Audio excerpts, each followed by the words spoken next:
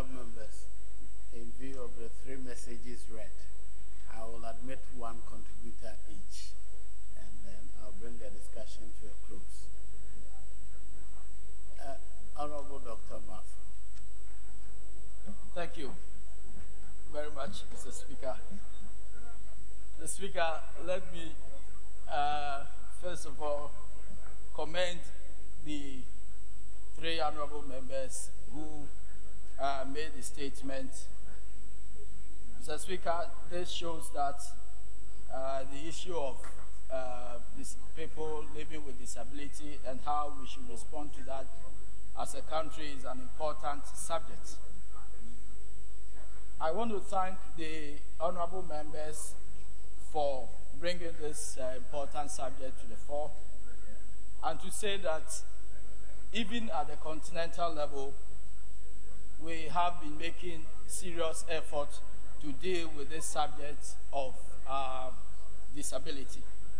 If you look at the African Union Agenda 2063, which has one of its major aspirations, in fact, the first aspiration, to be prosperous Africa based on inclusive growth as its theme.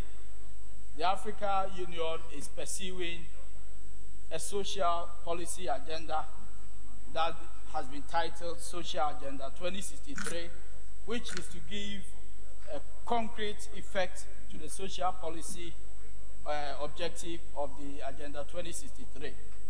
And Mr. Speaker, one of the pillars of that social agenda is social protection.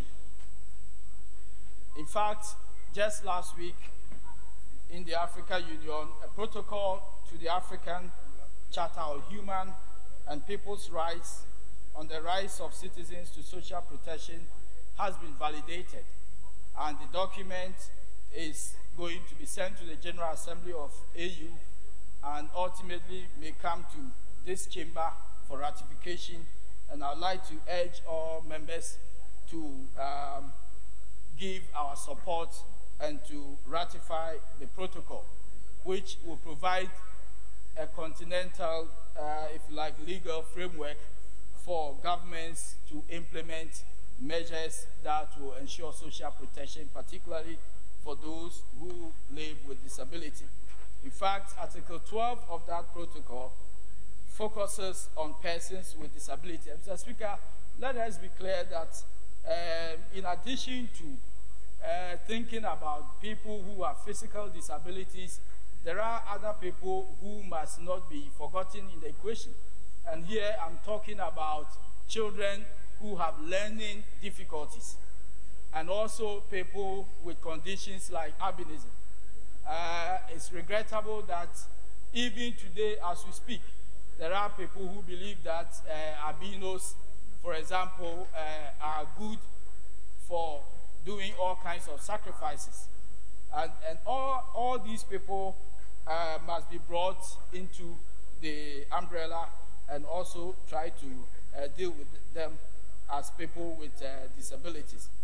Mr. Speaker, it is regrettable that after we have passed the Disability Act, we have not been able to fully implement the measures that are contained in that act.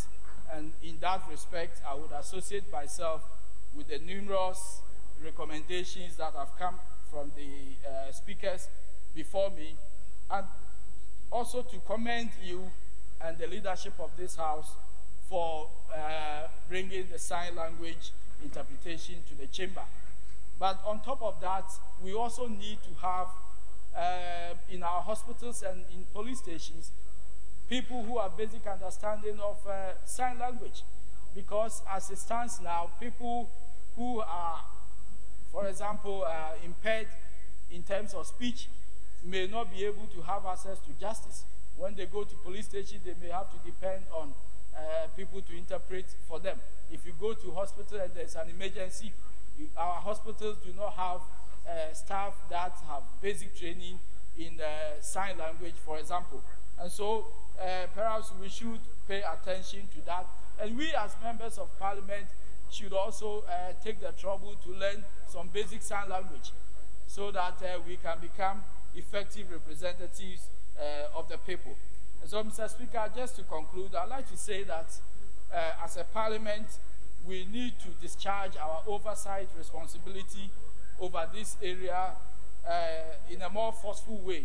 And in that respect, our Committee for Gender and Children and Social Protection should be up and doing and ensure that the various provisions that protect the rights of people with disabilities are respected, and that measures are put in place to make sure that we are implementing the Disability Act to the full.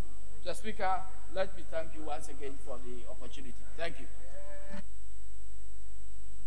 Honourable Member for Ho Central.